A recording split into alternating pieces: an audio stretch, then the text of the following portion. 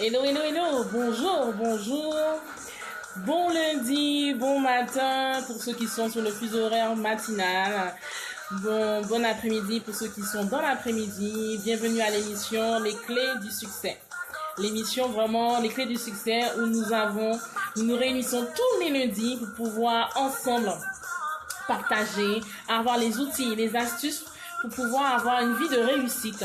Si vous êtes un homme, une femme qui aspire à un changement, qui aspire à une meilleure qualité de vie, qui aspire à mieux, qui aspire vraiment à atteindre ses objectifs avec succès, vraiment cette émission est faite pour vous. Que vous soyez jeune, que vous soyez moins jeune, que vous soyez senior, que vous soyez... Même à la retraite, on a des objectifs à atteindre. Cette émission est pour vous. Donc, aujourd'hui, nous sommes ensemble. Bonnes vacances à ceux qui sont déjà en vacances. Nous sommes ensemble aujourd'hui pour voir la deuxième partie des astuces pour pouvoir avoir plutôt une recherche d'emploi réussie. Voilà. Donc tous les lundis, nous nous retrouvons sur cette chaîne via effectivement la radio Climax FM qui est actuellement en réparation, mais bientôt nous serons sur notre fréquence 100.8 et en attendant, nous effectuons les émissions de façon à vous donner les outils, les astuces pour être des hommes et des femmes de réussite, des hommes et des femmes de succès dans toutes vos entreprises, que ce soit professionnellement, personnellement, vraiment, que vraiment vous puissiez réussir tout ce que vous entreprenez, vraiment. Donc, good morning, buenos dias, vraiment, soyez les bienvenus, welcome, vraiment, bienvenido, dans l'émission vraiment dans l'émission de Clés du Succès, welcome to the emission, the keys of success, an emission for you, for your success. Vraiment une émission pour vous, pour votre succès. Voilà. Donc aujourd'hui, avec le tempo et avec la pêche, parce qu'aujourd'hui, lundi, on va ensemble voir les différentes astuces, les différentes clés pour pouvoir avoir une recherche d'emploi réussie. Donc, si vous connaissez quelqu'un qui est en train de rechercher un emploi, si vous connaissez quelqu'un qui veut changer d'orientation professionnelle, donc l'émission lui est réservée également. Voilà, l'émission lui est réservée également. Donc, j'espère que tout le monde me voit bien. Voilà. Donc, on va commencer. Alors, donc, il faut savoir qu'aujourd'hui, les sources d'information pour trouver un nouvel emploi sont innombrables, sont nombreuses. Et beaucoup de chercheurs d'emploi, beaucoup de personnes qui veulent même changer d'orientation professionnelle sont complètement perdues parce qu'elles ne savent pas forcément quelle stratégie adopter face à cette recherche d'emploi. Entre la presse, les journaux, les magazines, les sites emploi, généralement les généraux et les spécialisés, les salons emploi, les réseaux sociaux, Facebook, Instagram, Link, les bureaux de sélection, les bureaux de recrutement, les bureaux d'intérim, les organismes publics, c'est effectivement pas évident de s'y retrouver. C'est vraiment pas évident de s'y retrouver. Mais aujourd'hui, je vais vous donner quelques pistes pour lancer une véritable stratégie de recherche d'emploi. Souvent, les personnes qui ont du mal à trouver un emploi, c'est parce qu'ils n'ont pas forcément de stratégie et frappent à toutes les portes et ne mettent pas en place une bonne stratégie pour pouvoir trouver un emploi qui leur convient, un emploi qui leur correspond. Donc, aujourd'hui, nous allons voir cela ensemble. Donc, quelle stratégie il faut-il mettre en place pour trouver un emploi? C'est assez long, c'est vrai. Cela nécessite plusieurs semaines pour mettre en place, la stratégie entre 3 à 6 mois en moyenne pour retrouver un nouvel emploi. Donc, si vous êtes déjà en poste, il faut effectivement vous prendre bien au préalable, bien de façon antérieure, bientôt en fait, de façon à ce que vous puissiez un emploi qui vous convient et ne pas avoir cette période d'absence, période de latence. Mais au contraire, il faut vraiment anticiper. La première règle d'or, anticiper. Et je crois que pour être un homme et une femme de réussite, il faut déjà s'organiser et il faut anticiper. Donc, il faut que vous puissiez redéfinir les objectifs professionnels que vous avez. C'est important. Non seulement il faut les redéfinir, mais il faut refaire votre CV également. Bonjour Bishop, bonjour prophète Jean-Michel. Vraiment, bonjour à tous ceux qui nous prennent en cours. Donc vraiment bon matin ou encore bon après-midi pour ceux qui sont sur le fuseau horaire de l'après-midi. Donc nous sommes en train de voir dans l'émission les clés du succès, les pistes, en partie 2, les quelques pistes pour pouvoir trouver un nouvel emploi pour ceux qui sont à la recherche d'emploi, pour ceux qui veulent se reconvertir professionnellement, qui n'ont pas adopté de stratégie. Donc je disais qu'il est important que nous puissions adopter une stratégie. Donc il faut que vous repassiez votre CV, il faut que vous puissiez faire une lettre de motivation correcte, mettre votre CV en ligne sur les plateformes qui existent et bien sûr mettre à jour votre profil LinkedIn si vous êtes sur LinkedIn et votre réseau et contacter bien sûr les bureaux de sélection. Alors, certains me diront, mais oui, mais des fois, j'ai déjà fait tout ça, mais la stratégie peut échouer ou elle a déjà échoué. Donc, il faut savoir que si cette stratégie a échoué, c'est que vous avez certainement manqué une étape, ou peut-être que vous n'avez pas assez confiance en vous. Donc, avec la méthodologie, justement, que nous avons créée, logiquement, tout le monde, que nous allons voir ensemble, que vraiment, logiquement, tout le monde devrait retrouver un emploi le plus rapidement possible. Oui, je le dis bien, oui. Tout le monde devrait retrouver un emploi le plus rapidement possible. Donc, même si effectivement vous connaissez qu'une langue, peut-être que vous n'avez pas de diplôme ou encore vous avez des facteurs qui peuvent être handicapant selon votre vision des choses, il faut savoir que le premier élément que vous devez avoir, c'est la motivation. Vous devez être un homme et une femme motivés. Donc, même dans votre vie de tous les jours, c'est important d'être un homme et une femme de motivation parce que la motivation, c'est un booster, c'est un élément qui va vous permettre aussi également d'aller de l'avant, mais aussi vous permettre d'atteindre vos objectifs. Donc, la motivation, cela est important. Il faut être 100% prêt mentalement avant de commencer les démarches. Je sais que pour des personnes qui ont une situation de divorce, une situation de séparation ou une situation de congé maternité, ce n'est pas forcément évident de reprendre tout de suite le travail sur le terrain. Mais la motivation est un élément clé. Donc, 100% prêt mentalement avant de commencer les démarches. Alors, pour ceux qui sont fragiles psychologiquement, pour ceux qui ont eu des parcours difficiles, pour ceux qui ont eu des périodes difficiles, ruptures, divorces, cassures, périodes de difficultés financières, ils sont en train de retrouver un travail, etc. Il est important de faire un travail personnel avant de commencer le processus. Il faut faire un travail personnel avant de commencer le processus. Donc, vous savez, la recherche, travailler, c'est une énergie qu'on communique, mais aussi rechercher un emploi, c'est également une énergie qu'on véhicule, c'est une énergie qu'on met en exerce également. Donc, je vais vous donner 10 conseils. Oups, la boucle d'oreille. Donc, les erreurs du direct. Les erreurs du direct. Je m'excuse. Donc, il faut savoir qu'il y a 10 conseils que je vais vous donner pour vous aider, vous qui êtes chercheur d'emploi, vous qui connaissez certainement quelqu'un qui voudrait décrocher le job de son rêve. Il faut déjà mettre en place un bilan de compétences. Ça, c'est important. Mettre en place un bilan de compétences. Voilà. Mettre en place un bilan de compétences. Un bilan de compétences de façon à définir ses objectifs professionnels. Ça, c'est important. Un bilan de compétences afin de définir ses objectifs professionnels. Donc, il faut essayer de décrire ce qui serait pour vous un job idéal ou un emploi idéal. Alors, la question que je vais vous poser aujourd'hui, quel est le job idéal pour vous? Quel est l'emploi idéal pour vous aujourd'hui? Quelle est votre aspiration au niveau professionnel? À quoi vous aspirez? Quel est le job vraiment qui serait idéal, vraiment que vous aspiriez à effectuer? Voilà, c'est la question que je vous pose. Donc, ça, c'est la première action à poser. Faire un bilan de vos compétences et définir vos objectifs professionnels. Ensuite, vous décrivez votre job idéal. Et en deuxième action, vous vous informez et vous utilisez toutes les sources d'informations à votre disposition. Que ce soit les sites d'emploi, les journaux, les magazines. Avec Internet, aujourd'hui, on a beaucoup d'informations. Les suppléments emploi. Nous avons dans les magazines, il y a des suppléments emploi. Vous avez également les bourses à l'emploi, les bureaux de recrutement, les bureaux de sélection, les cabinets RH.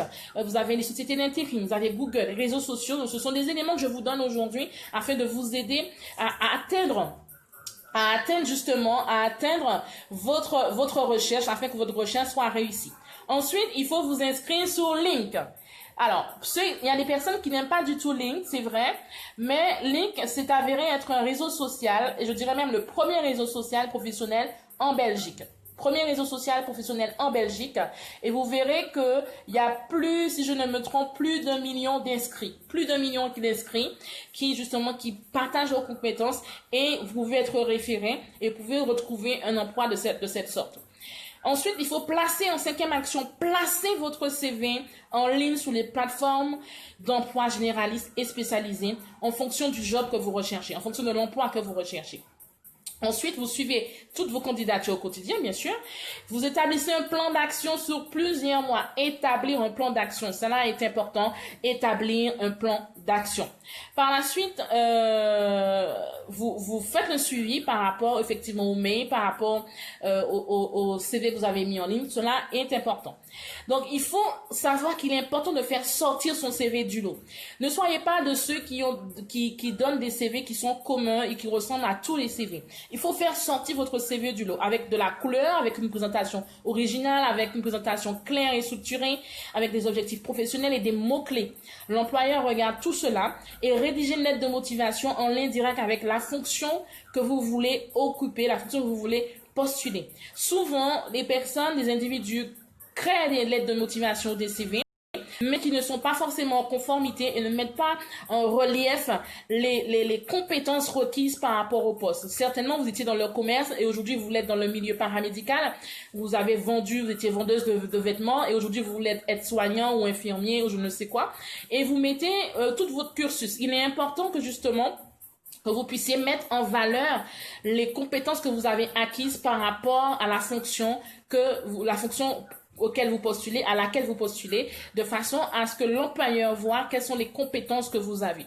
Ensuite, la 7e action à poser, créer des jobs agents. C'est-à-dire que quand je parle de jobs agents, c'est le fait de s'abonner au flux RS des sites emploi, de sociétés qui vous intéressent. C'est important.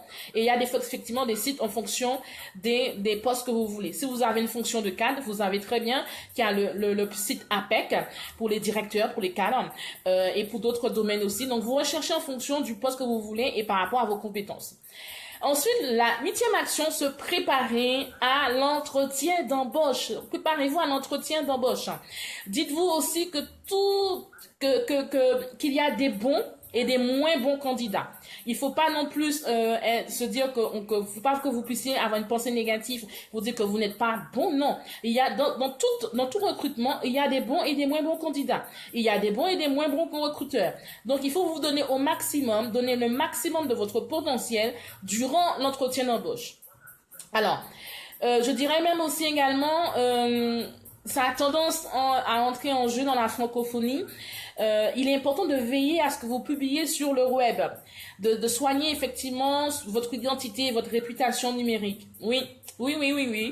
Certains peut-être peuvent être choqués, mais aujourd'hui de plus en plus, certains employeurs ont tendance à aller vérifier ce que vous faites sur votre Facebook, ce que vous faites sur votre réseau social, sur votre Instagram.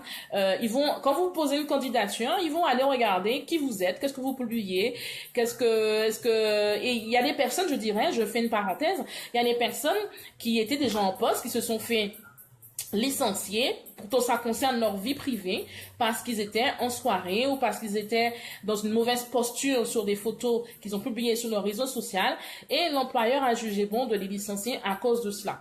Donc, il est important que vous puissiez soigner votre identité sur votre réseau social, sur votre réputation numérique. Certains ont tendance à le négliger, mais cela a une importance dans certaines sociétés, dans certains continents, et de plus en plus dans la francophonie, les employeurs commencent peut-être pas officiellement, mais commencent à jeter un œil dessus, voire d'autres l'utilisent à défaut contre autrui.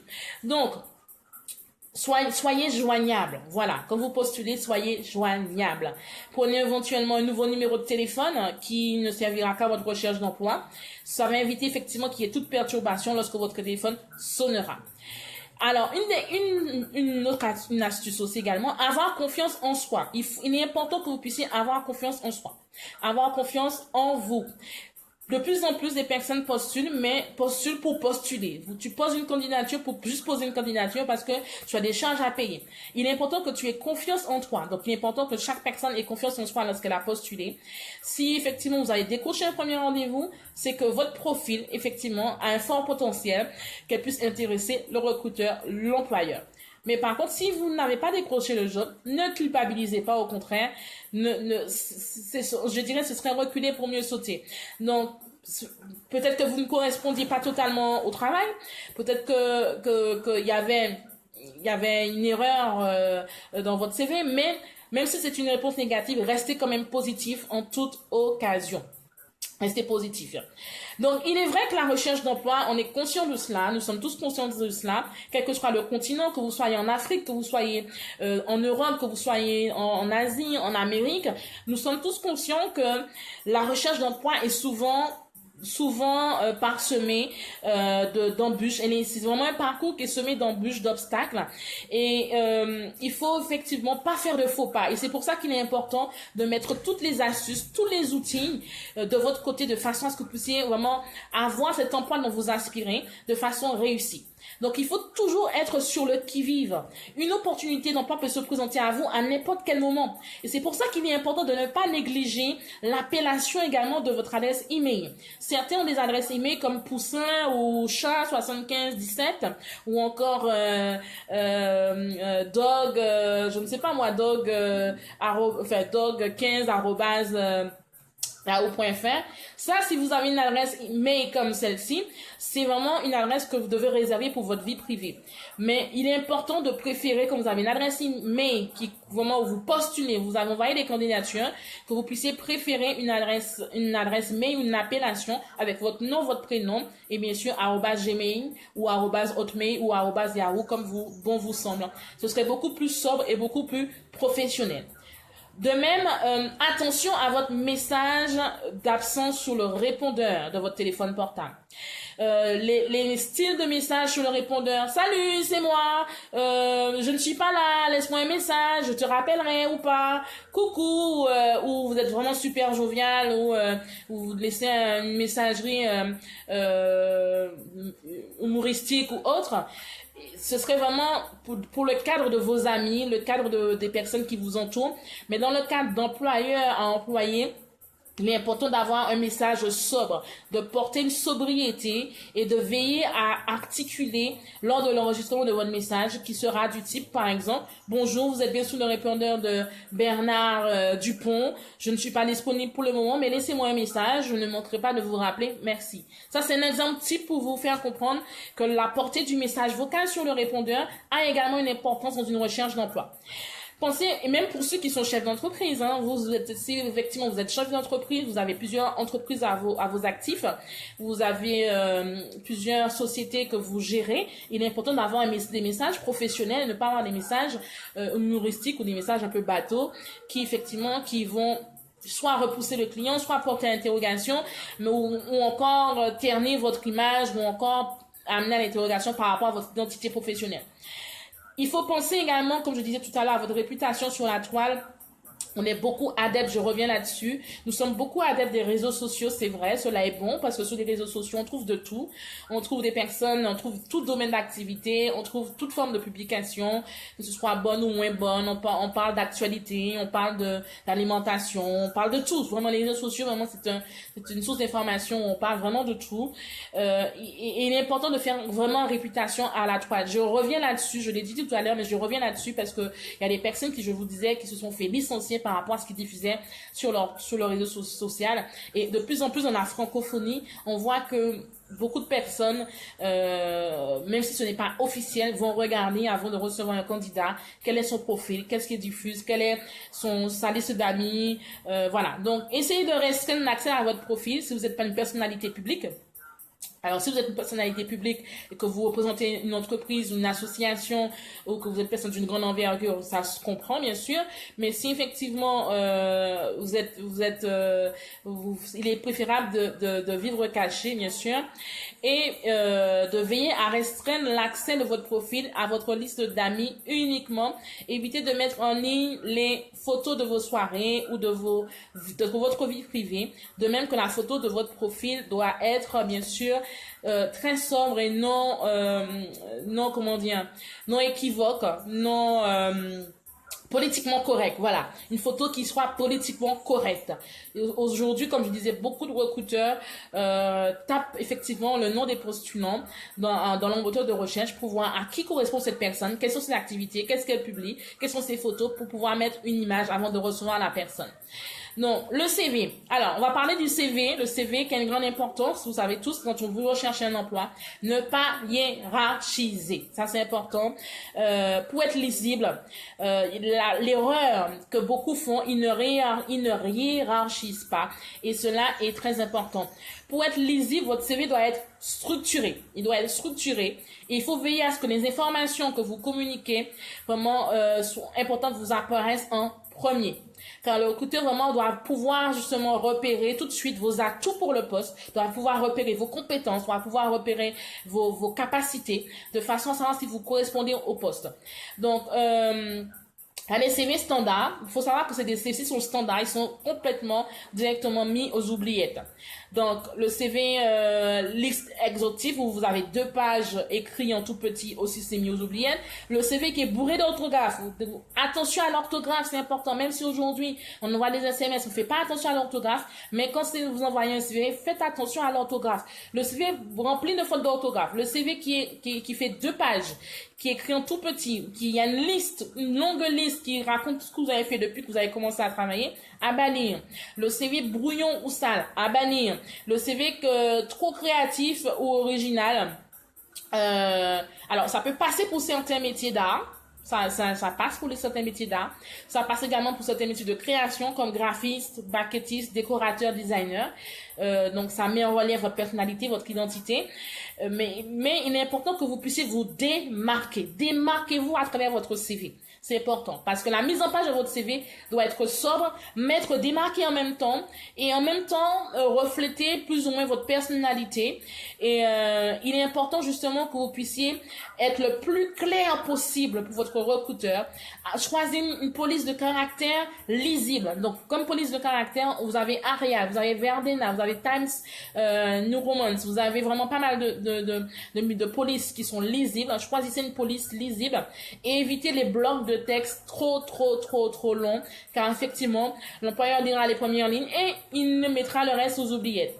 À la fin de votre CV, évitez le remplissage inutile ou le remplissage que vous ne maîtrisez pas du tout. Certains, des fois, mettent lecture, ils mettent cinéma. Il peut vous arriver que l'employeur vous pose la question, quel est le dernier livre que vous avez lu? Ou encore, quel est le dernier film que vous avez lu et qu'est-ce que vous avez ressorti, qu'est-ce que vous avez appris à travers cela. Donc, si vous êtes pas un lecteur, vous n'aimez pas lire, n'allez pas mettre que vous aimez la lecture, parce que le jour où vous posera la question, quel est le dernier livre que vous avez lu, qu'est-ce que cela vous a rapporté, vous serez vraiment mis en panique parce que vous ne lisez pas. Vous n'êtes pas quelqu'un qui lit. Donc, c'est important de ne pas se mettre en position de défaut ou ne pas mentir, parce que vous pouvez, justement, cette situation peut se retourner contre vous. Donc, évitez de remplir inutilement avec des informations trop vagues du type cinéma sorti. Pensez justement à évoquer une spécificité parmi vos loisirs. Précisez peut-être cinéma, animalier, coach club de foot Benjamin si effectivement vous entraînez les jeunes, jogging si vous faites du sport, si vous aimez les romans policiers. Mais soyez vrai.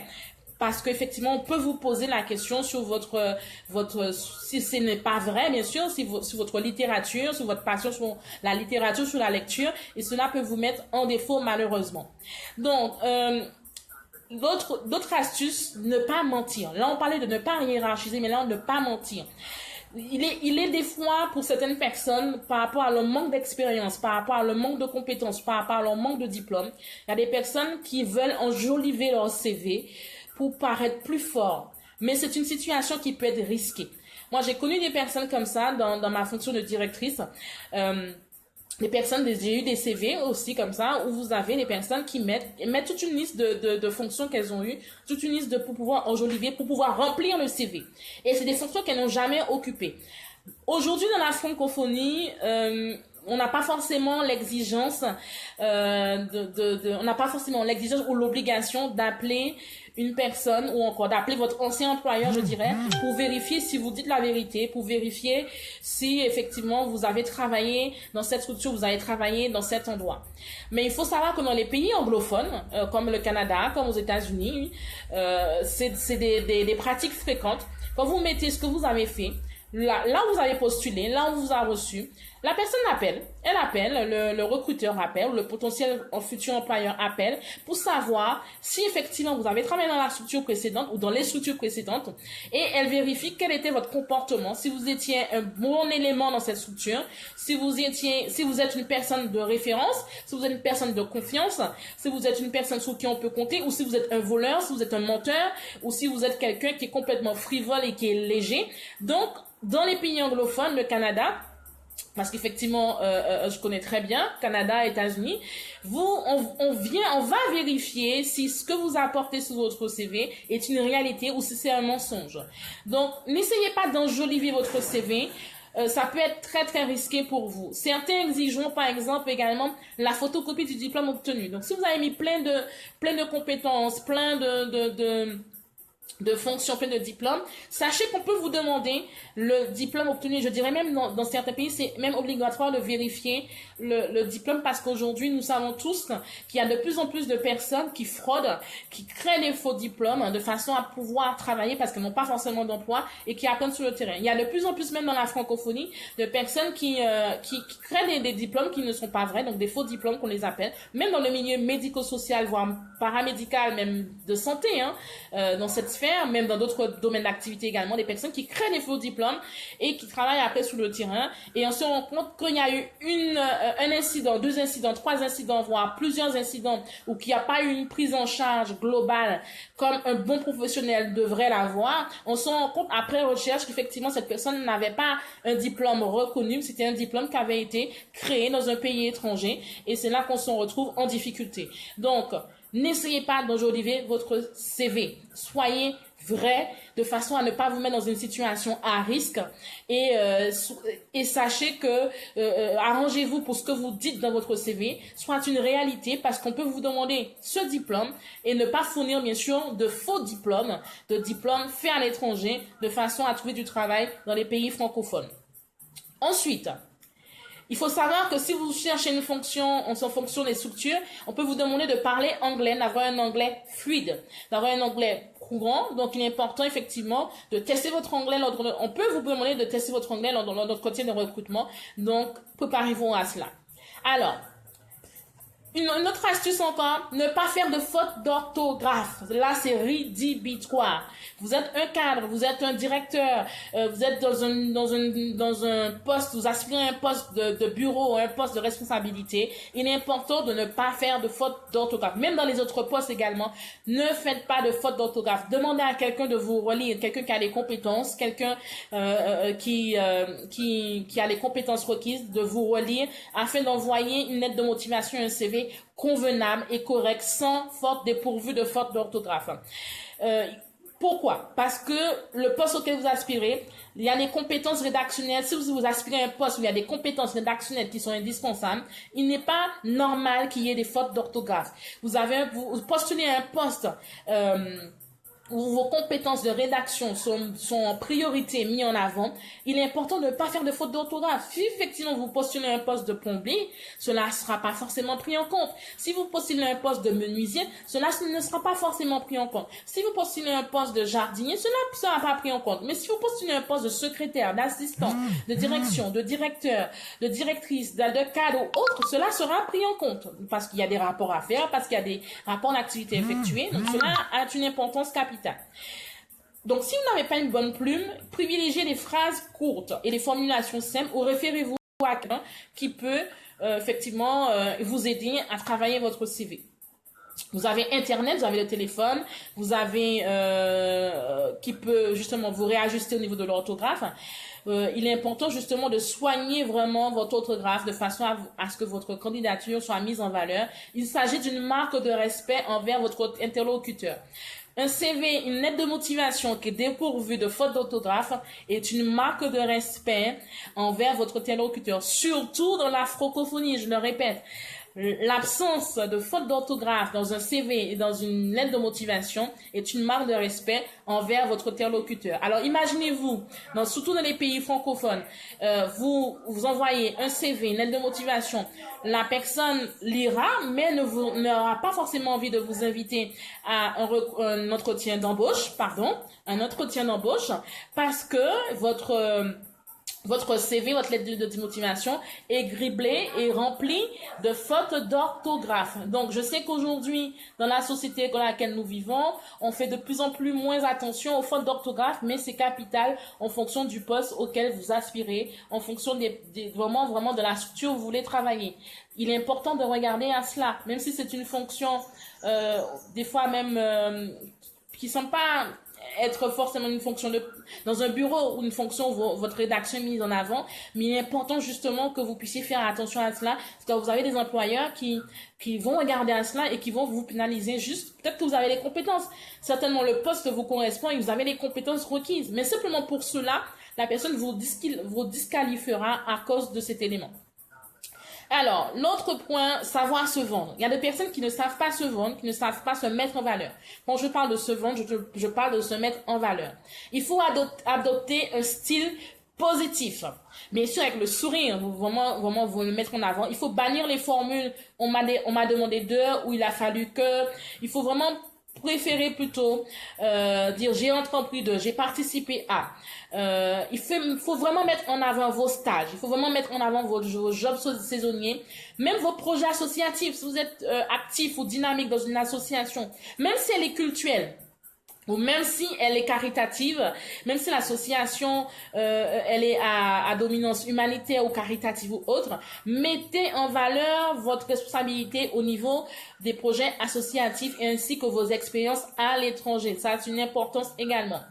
Évitez de faire du copier-coller. Vraiment, je répète, évitez de faire du copier-coller. Pourquoi? Parce que les modèles de lettres que vous trouverez sur Internet, ce sont des modèles de lettres qui sont accessibles à des millions de personnes. Et vous savez que l'employeur a la capacité, a le moyen d'aller vérifier si vous avez fait un copier-coller, s'il a le temps d'aller vérifier également et s'il veut le vérifier.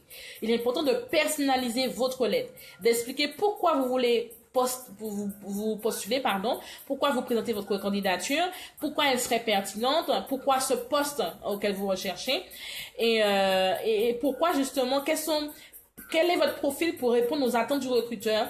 Et il faut vraiment donner les éléments importants afin justement de pousser le recruteur à vous convoquer à un entretien. Donc, pour répondre aux attentes du recruteur et faciliter votre rédaction, n'hésitez pas à reprendre les mots-clés de l'offre d'emploi. Voilà. Vous avez une offre d'emploi qui vous a été communiquée, elle vous correspond ou vous souhaitez postuler à cette offre d'emploi. N'hésitez pas à reprendre les mots-clés, à reprendre justement cette fiche dans votre conversation, dans votre entretien d'embauche, à en reparler justement de façon à ce que l'employeur voit bien que vous savez de quoi vous parlez. Concernant la lettre de motivation, il faut savoir que la lettre de motivation n'est pas une simple lettre d'accompagnement du CV. Non, ce n'est pas une simple lettre d'accompagnement du CV avec des formules toutes faites. C'est une lettre qui reprend point par point tout ce qui est dit dans le CV.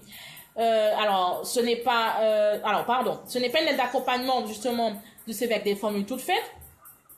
Ce n'est pas non plus une lettre qui reprend point par point tout ce qui est dit dans le CV. Et ce n'est pas non plus un roman.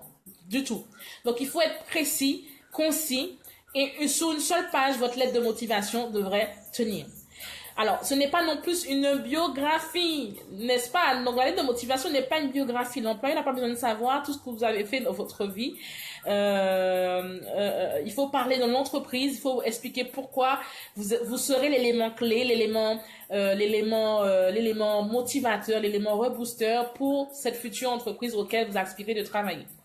Donc, il faut comprendre qu'une bonne lettre de motivation doit vous correspondre, elle doit être sincère, Elle doit illustrer vos qualités. Elle doit mettre en valeur vos qualités, vos réalisations, vos compétences, vos capacités en complément du CV. Il faut démontrer à travers cette lettre votre intérêt pour l'entreprise. Il faut exprimer vos motivations. Il faut exprimer votre disponibilité également. Et il faut donner envie à l'employeur de vouloir vous rencontrer. Donc, avant l'entretien, il est important de s'assurer que, je dirais, quand vous aurez obtenu, bien sûr, avec toutes ces astuces, un entretien d'embauche, il faut maintenant vous mettre en position pour pouvoir, bien sûr, mettre les clés, les outils, les astuces requises pour pouvoir vous préparer avant l'entretien. Avant l'entretien, assurez-vous de la durée du trajet en fonction de votre mode de transport. Si possible, repérez même les lieux du rendez-vous avant même le jour J. Souvent, certains prennent les transports, ils ne prévoient pas l'itinéraire, ils se retrouvent dans les embouteillages, et puis après ils disent, il y avait telle péripétie sur la route. Non. Arrangez-vous pour partir beaucoup plus tôt. Si vous savez que vous êtes un éternel retardataire et que vous êtes toujours en retard dans tous vos rendez-vous, préparez-vous bien à l'avance et partez plus tôt. Préparez votre tenue vestimentaire pour le jour J, vos vêtements, vos chaussures et tout ce qui va avec. La veille, avec vraiment d'une propreté irréprochable, un costume ou un tailleur, en fonction de là où vous postulez. Et effectivement, pour les hommes, on parle souvent de costume, parce que c'est une tenue élégante. Et pour les femmes, bien sûr, une tenue élégante, une tenue qui vous met en valeur. Préférez, bien sûr, un léger maquillage, ne peut que vous mettre à votre avantage. Alors, si vous avez un maquillage à outrance, en fonction de là où vous postulez, si vous êtes un artiste et que vous voulez mettre en valeur vos talents d'artiste, ça peut passer. Mais si vous n'êtes pas dans un cadre d'artiste et que vous postulez un poste qui n'a rien à voir avec le domaine de l'art, essayez de mettre un léger maquillage, pas un maquillage à outrance, d'éviter le vernis écaillé. Attention au vernis ou le vernis mal posé. Le rouge à lèvres trop prononcé aussi, ça peut effectivement être un blocage pour l'employeur en face. Il faut regrouper dans un porte-document des chemises, porte-document ou chemises, les copies de l'annonce de l'offre d'emploi, de votre CV, de votre lettre de motivation en plusieurs exemplaires. Parce que vous pouvez vous retrouver le jour de l'entretien qu'au lieu d'avoir un seul interlocuteur, vous avez le directeur général, vous avez le président, vous avez le cadre, vous avez 3 personnes en face de vous et qui voudront certainement avoir une copie de votre CV, une copie de votre lettre de motivation et une copie peut-être de l'offre d'emploi. Donc, essayez d'avoir des copies de votre sac. Même la copie de vos diplômes, parce que si vous êtes recruté, on vous dira que vous commencez tout de suite, bien sûr. Donc, il est important d'avoir la copie de votre diplôme et tout ce que vous penserez, être utile à l'entretien. Bonjour Sandra. Bonjour. Donc, réfléchissez à toutes les questions susceptibles d'être posées par le recruteur. Si vous êtes quelqu'un qui est timide, vous êtes quelqu'un qui panique, vous êtes angoissé, vous êtes quelqu'un qui est stressé pour un oui, pour un non, et qui n'aimez pas du tout les situations d'entretien d'embauche, demandez à quelqu'un de vous aider à vous mettre en situation. C'est important. Ne partez pas comme ça sans être préparé, sans avoir anticipé cet entretien. Demandez à quelqu'un de vous aider. C'est important, c'est capital parce que ça vous permettra de vous mettre en situation. Ça va permettre de diminuer le stress, de diminuer l'angoisse et ça vous mettra également en position de pratique et vous serez moins stressé. Je ne dis pas que vous ne serez pas stressé, mais vous serez beaucoup moins stressé quand vous arriverez le jour J où vous vous retrouvez avec 4 interlocuteurs, 4 personnes devant vous qui vous posent des questions par rapport à un poste que vous voulez avoir. Alors, réfléchir à toutes les questions, bien sûr, susceptibles d'être posées par le recruteur ou les recruteurs. Toutes les questions. Alors, certains me diront, oui, mais je ne sais pas quelle question le recruteur peut me poser. Je ne sais pas quelle question l'employeur peut me poser. Alors, je vous donne quelques clés ce matin. Comme je vous disais, de par mon expérience et mon expertise en tant que directrice, je vous donne quelques clés. Ça va aider beaucoup de personnes. Tous ceux qui sont en recherche d'emploi, tous ceux qui veulent se réorienter, qui ont déjà commencé à postuler parce qu'ils veulent changer d'emploi en fin d'année ou changer d'emploi dans l'année à venir. Je vous donne quelques clés, quelques questions susceptibles justement d'être posées par un recruteur pour un poste, pour quel que soit le poste.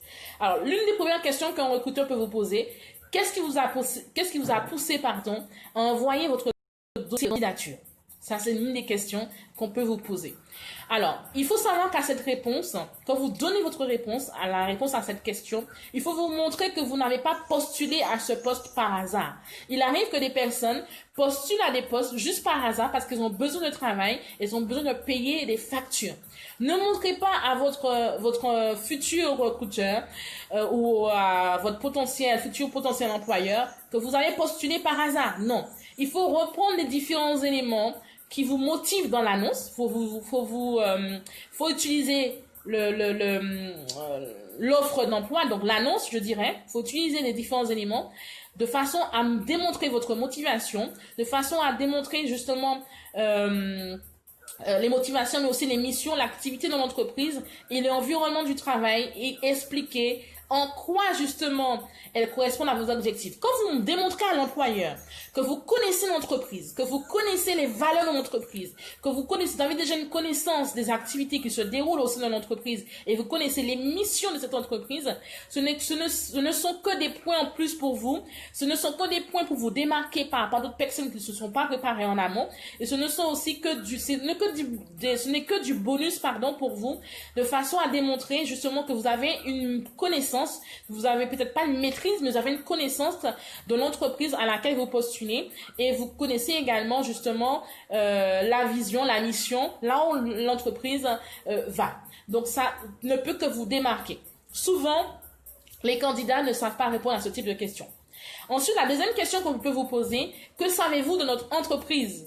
Oui, que savez-vous de notre entreprise? Donc là, cela veut dire que vous devez vous préparer en amont de votre temps de préparation, bien sûr, à savoir en quelle année l'entreprise a été créée, qui l'a fondée par exemple, quel est le directeur qui est en poste, quelles sont peut-être les difficultés qu'elle a rencontrées. Donc ce sont des éléments. Alors si c'est des postes à responsabilité en tant que cadre, en tant que directeur, bien sûr, quel est le budget global ou le budget que vous pensez que l'entreprise peut avoir à gérer. Donc ce sont des éléments justement qu'il faut connaître et maîtriser. Donc il faut préparer en amont. Ce n'est pas face aux différents interlocuteurs ou à l'interlocuteur qui sera en face de vous que vous allez commencer à chercher. Donc il faut avoir la connaissance vis-à-vis de cela. Ensuite, on vous posera la question également: où vous voyez-vous dans 3 à 5 ans? Souvent, on pose cette question: où vous voyez-vous dans 3 à 5 ans? Ou qu'attendez-vous en termes d'évolution? Alors, ce sont des questions des fois qui peuvent être des questions piégeantes pour certains.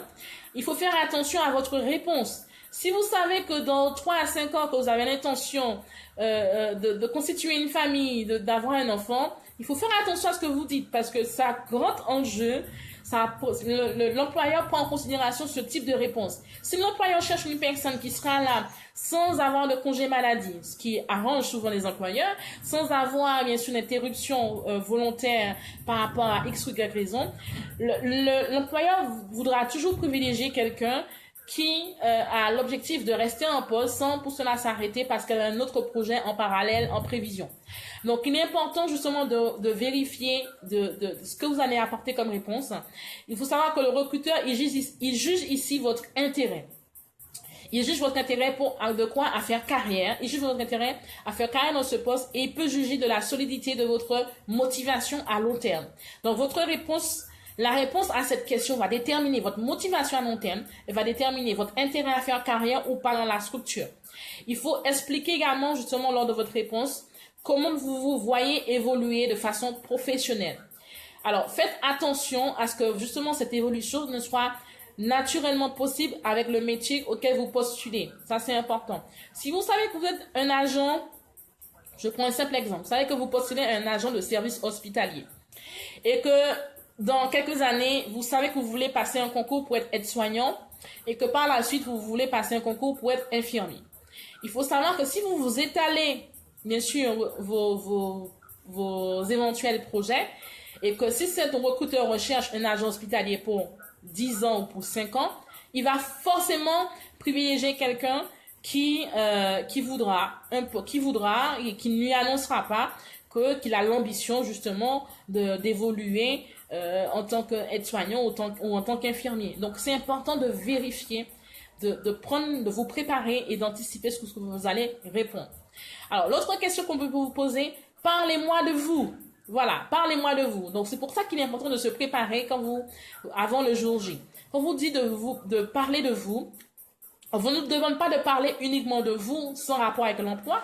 Il faut mettre en parallèle vos expériences. Quand on dit vous, parlez de vos expériences. Parlez de vos formations. Parlez de vos motivations avec le poste. Vous pouvez également expliquer comment vous avez construit votre parcours, c'est important, pour arriver logiquement à postuler à l'emploi auquel vous postulez. Donc, il est important de vraiment, justement, de préparer, justement, de construire votre parcours. Et quand on vous pose cette question, parlez-moi de vous, vous savez quoi répondre. Ensuite, l'autre question que nos recruteurs est susceptible de vous poser comme question, quelles sont les missions qui vous ont apporté le plus de satisfaction, ou encore, qu'avez-vous préféré au cours de vos études? Alors, il faut sélectionner les missions et les compétences qui sont transférables à cet emploi en particulier. Donc, s'il y a des missions et des compétences que vous avez acquises durant votre parcours, essayez de voir quelles compétences, quelles capacités, quelles missions que vous avez réalisées dans votre parcours, que ce soit un parcours personnel, parcours associatif, que ce soit un parcours professionnel. Évaluez toutes les missions, les compétences et les capacités que vous avez acquises, justement, durant ce laps de temps, de façon à vérifier si ça correspond ou si c'est en correspondance par rapport au futur emploi auquel vous postulez, de manière à les mettre en valeur et à argumenter pourquoi vous postulez à cet emploi. Si vous êtes déjà en poste, on vous demandera certainement pourquoi voulez-vous quitter votre poste actuel et intégrer notre société. Oui. Pourquoi voulez-vous quitter notre poste actuel et pourquoi vous voulez intégrer notre société, notre entreprise? Alors, cette question est très délicate. Donc, le recruteur, il faut savoir qu'il cherche à évaluer si vous avez bien réfléchi à ce changement de poste. Il cherche à savoir si effectivement, si vous voulez, quelle est votre culture, quelle est votre disposition, c'est-à-dire est-ce que vous dénigrez votre précédent employeur ou votre actuel employeur ou pas. Donc c'est pour ça qu'il faut éviter de mettre en avant des raisons négatives. Alors si vous n'entendez pas avec votre patron, si vous n'entendez pas avec votre cadre, ne mettez surtout pas cela en avant. Si vous avez assez de temps de transport, évitez de mettre cela aussi en avant. Évitez de mettre des raisons négatives en avant. Cela peut être une barrière, cela peut être un mur que vous êtes en train de vous constituer de façon inconsciente. Donc, faites plutôt justement face à cette question, ressortir les motivations positives. Toujours mettre le positif en avant. C'est-à-dire que par exemple, je vous donne un exemple pour vous aider. Vous souhaitez, par exemple, je souhaite, par exemple, quitter mon poste actuel pour intégrer cette société parce que je souhaite relever un nouveau challenge ou j'aimerais rejoindre à présent une plus petite structure ou une plus grande structure. Mais il faut toujours mettre en avant les points positifs et non les points négatifs. Si vous postulez, par exemple, un poste qui est en dessous de vos compétences, il peut arriver que vous ayez un niveau 1, vous ayez un master, vous ayez un diplôme très élevé, mais que vous ne trouvez pas d'emploi et que là vous postulez justement, justement à cet emploi qui est beaucoup moins qualifié pour vous. Dans ce cas, alors quand le recruteur vous demande pourquoi ne cherchez-vous pas un poste plus qualifié, il est important de savoir qu'est-ce qu'on répond à cela. Il est important justement de ne pas s'en mêler les pinceaux et que le recruteur ne puisse pas entrevoir dans ce que vous êtes en train d'avancer que vous voulez postuler à ce poste parce que vous ne trouvez pas ailleurs. Il est important qu'il ne puisse pas le voir à travers les propos, ne puisse pas l'entendre à travers les propos dont vous énoncez. Dans ce cas de figure, le recruteur peut avoir du mal à cerner vos motivations et il veut s'assurer que justement que vous ne postulez pas par défaut et que vous n'allez pas partir à la première occasion. Donc, il est important que vous puissiez préparer cette réponse également, que ne puissiez pas mettre en avant que c'est par défaut ou que dès que vous aurez une autre opportunité, vous allez partir. Donc, l'autre question qu'on peut vous poser également, quelles sont vos 3 principales compétences ou encore vos 3 principales qualités? Donc, à préparer en avant également. Une autre question qu'on peut vous poser, quelles sont les 3 qualités les plus utiles à votre futur employeur? Ou encore, quels points forts ont fait la différence dans votre parcours? Donc, ce sont des éléments qu'on peut vous poser. Alors, il faut savoir que lors de l'entretien de recrutement, il y a des erreurs à ne pas commettre lors de l'entretien de recrutement. On a vu pas mal de situations, de mise en situation. il faut vraiment, il y a d'autres erreurs justement qu'il ne faut pas commettre. Il faut être ni trop court, ni trop long. Il faut savoir qu'une présentation de moins de 3 minutes est requise, de façon à ce que le recruteur... Non, alors, je m'explique bien.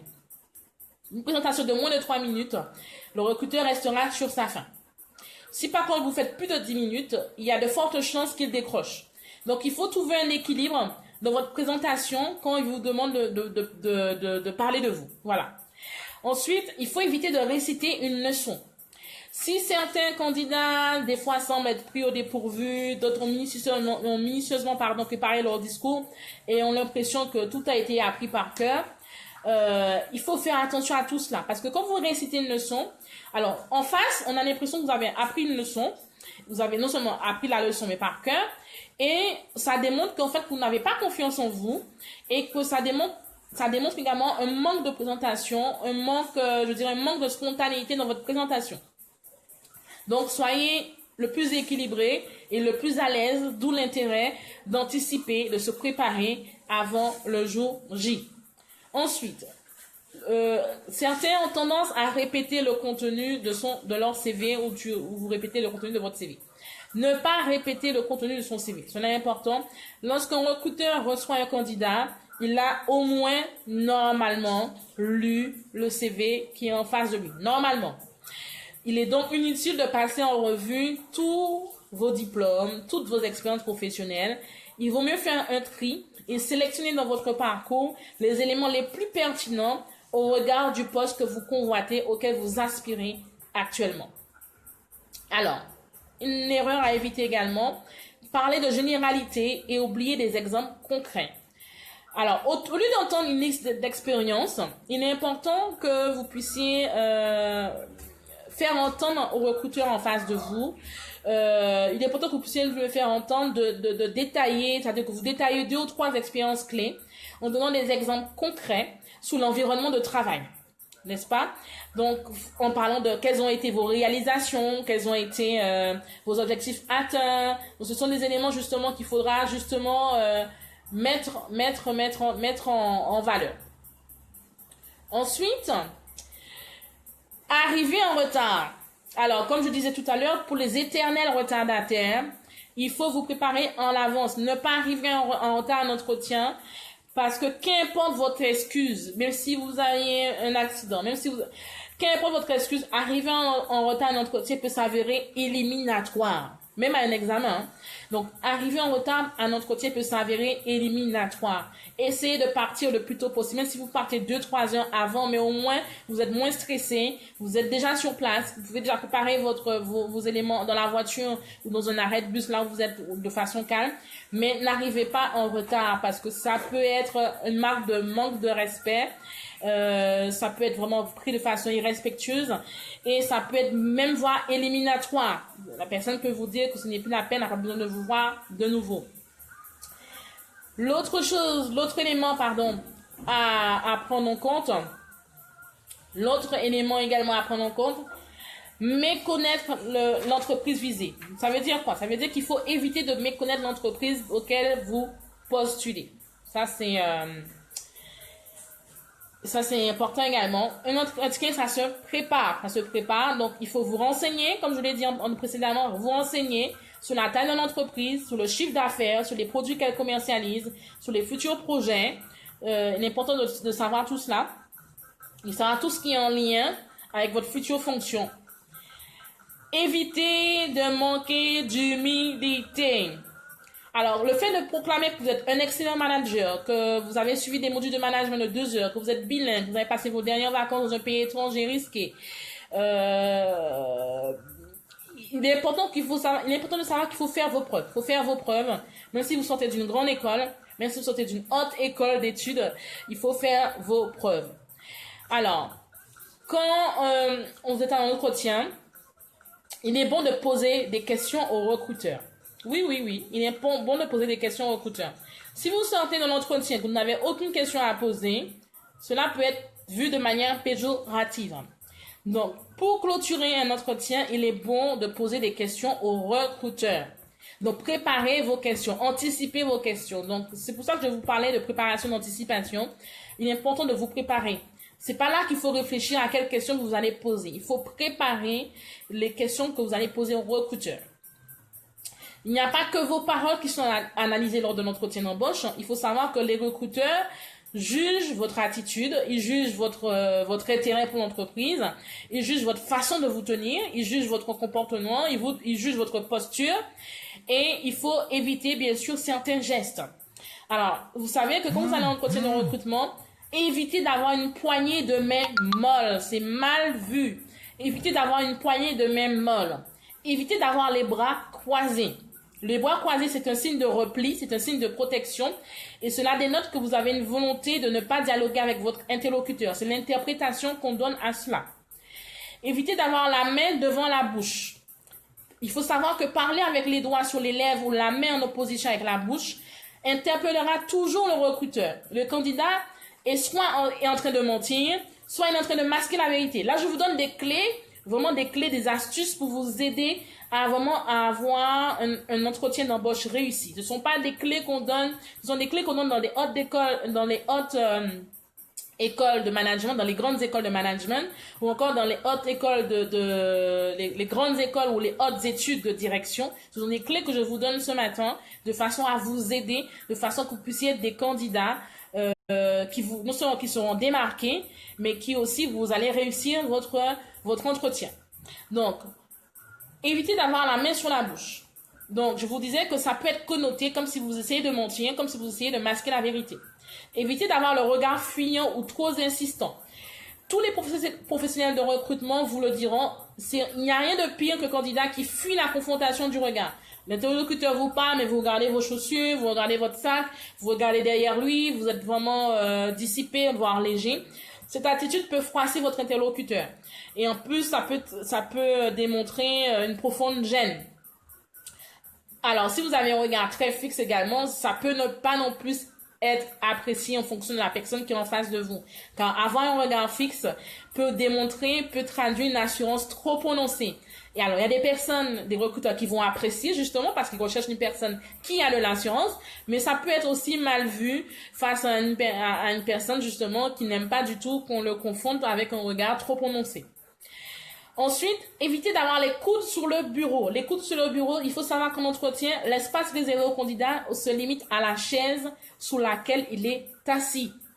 L'espace réservé au candidat se limite à la chaise sur laquelle il est assis. Donc, les coudes sur le bureau à éviter.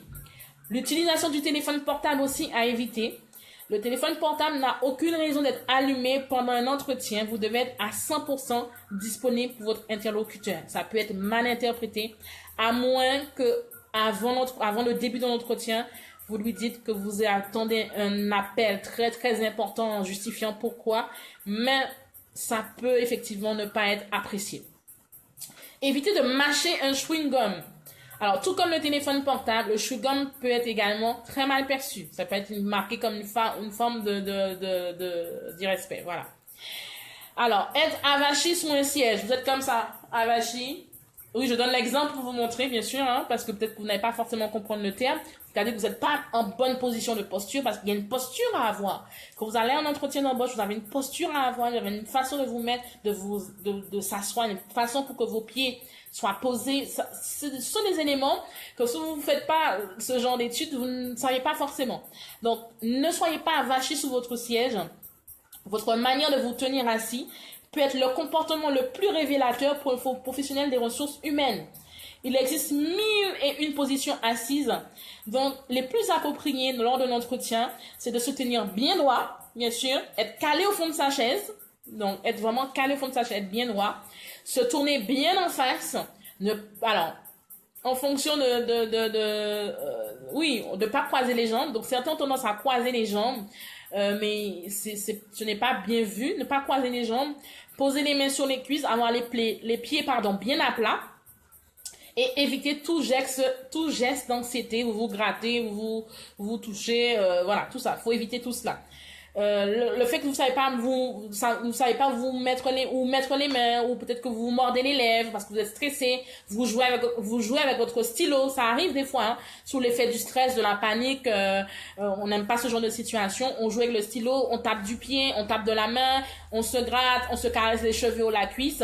Ce sont des éléments qui ne sont pas, ce sont des attitudes à ne pas faire, à proscrire de façon définitive. Donc, ce sont des astuces, ce sont les quelques grandes astuces que je vous ai données aujourd'hui, parce que nous avons vu la semaine dernière les astuces pour une recherche d'emploi réussie, en partie 1.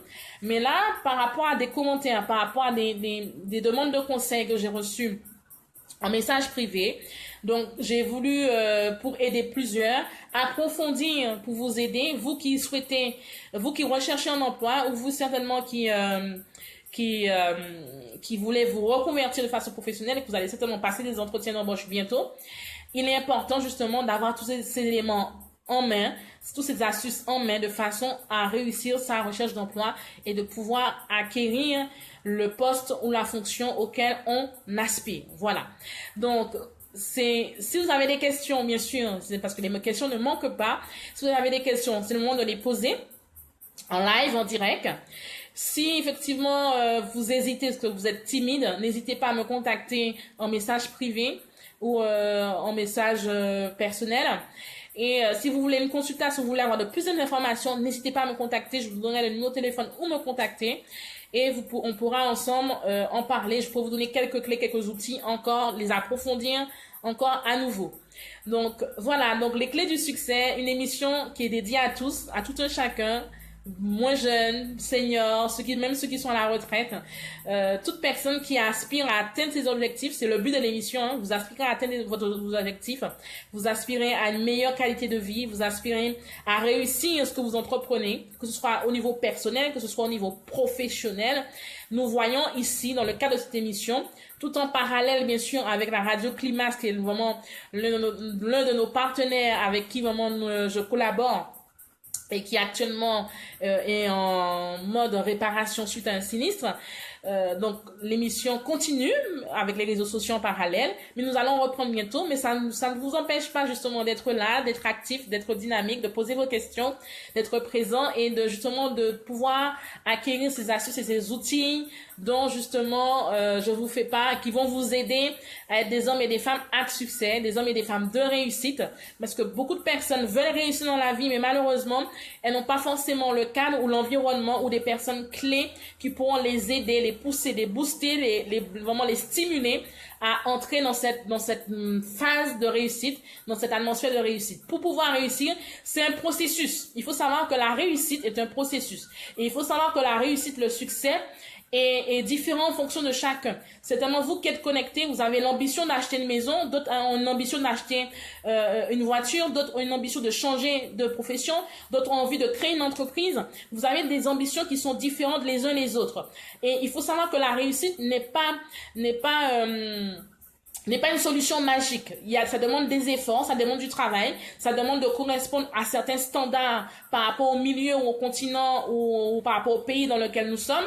Ça dépend également aussi, il y a des critères, il y a des outils que vous devez avoir pour pouvoir réussir, il y a des postures qu'on doit avoir, il y a des manières, il y a des attitudes à avoir pour pouvoir être des hommes et des femmes de réussite, des hommes et des femmes de succès. Et souvent, il y a des personnes qui veulent réussir, mais qui n'ont pas les moyens ou qui n'ont pas les personnes adéquates qui vont leur donner les astuces, les clés, les piliers pour pouvoir atteindre cette phase de réussite et qui justement, de journée en journée, de semaine en semaine, de mois en mois, d'année en année, se retrouvent à tourner en rond, se retrouvent à vivre les mêmes années précédentes parce qu'elles n'ont pas eu les moyens nécessaires pour réussir dans leur cadre professionnel, dans leur cadre personnel.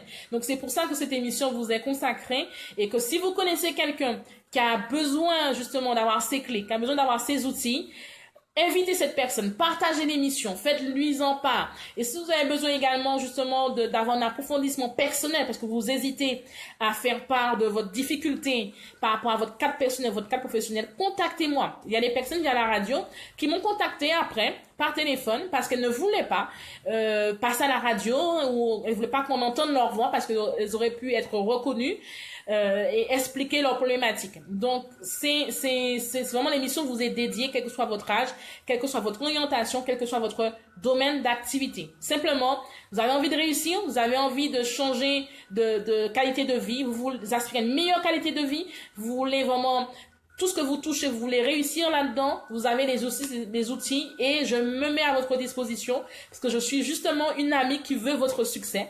Je veux vraiment vous voir vraiment réussir, être vraiment quelqu'un de succès. C'est important. C'est important parce que quand vous êtes quelqu'un de réussite, de succès, vous ne pouvez qu'être épanoui malgré les difficultés, malgré les embûches. Malgré tout cela, vous continuez, vous persévérez dans la joie, dans l'épanouissement, malgré tout. Donc, vraiment, je vous encourage à partager, à poser vos questions si vous en avez. Et nous continuerons tous les lundis, bien sûr, les clés du succès. Pour ceux qui sont sur le fuseau horaire de la France métropolitaine, 17h à 18h. Ceux qui sont sur le fuseau horaire du Canada, États-Unis, Caraïbes, 11h à midi. Et le mardi, nous nous retrouvons bien sûr demain à les clés du bien-être. Le jeudi, alors, le mardi, pour ceux qui ne savent pas qu'est-ce que c'est, bonjour Josette, bonjour. Donc, les clés du bien-être, c'est une émission également qui permet de mettre en valeur des astuces, des outils pour vous aider avec de la naturopathie, avec des éléments naturels que vous avez autour de vous qui sont à des prix abordables. Donc, au lieu de prendre des compléments, au lieu de prendre des produits qui ont des additifs chimiques dedans, vous avez là des éléments qui sont naturels. Et le jeudi, nous avons normalement l'émission de Winner's Time, vraiment le temps des champions, où nous recevons une personnalité, nous recevons quelqu'un qui a un titre, un trophée, ou voire plusieurs titres, plusieurs trophées, ou qui a plusieurs activités, un artiste.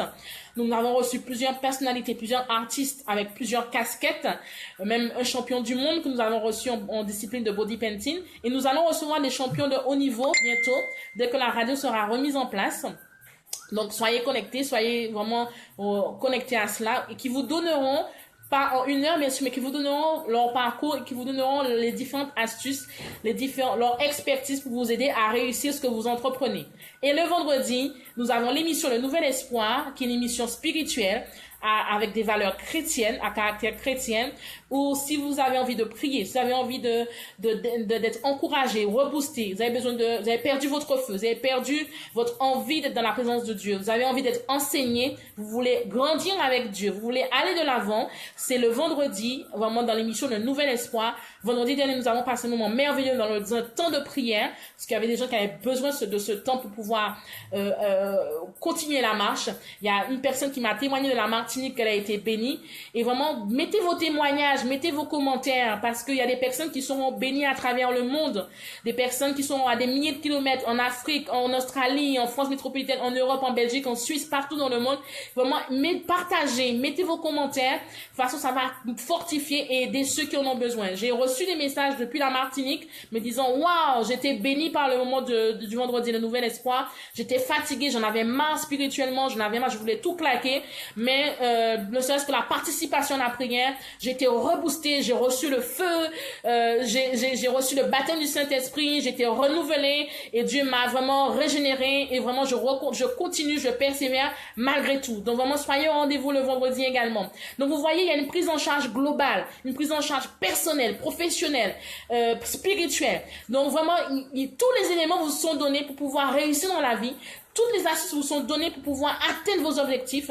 Tous les éléments vous sont accordés de façon à être des hommes et des femmes de succès, de réussite.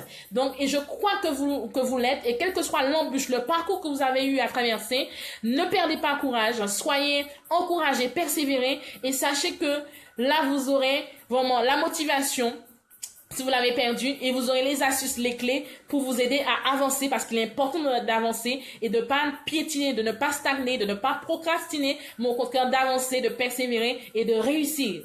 Alors vraiment, donc l'émission Les Clés du Succès, vraiment, à votre service, je suis à votre service, vraiment une amie qui veut votre succès et qui veut votre bien.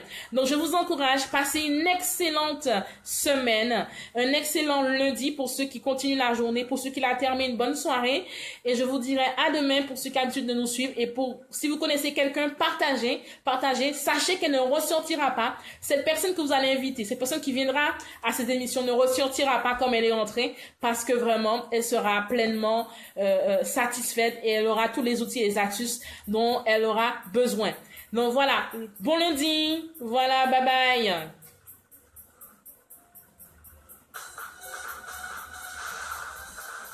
Et la pêche. À demain pour ceux qui me suivent mardi.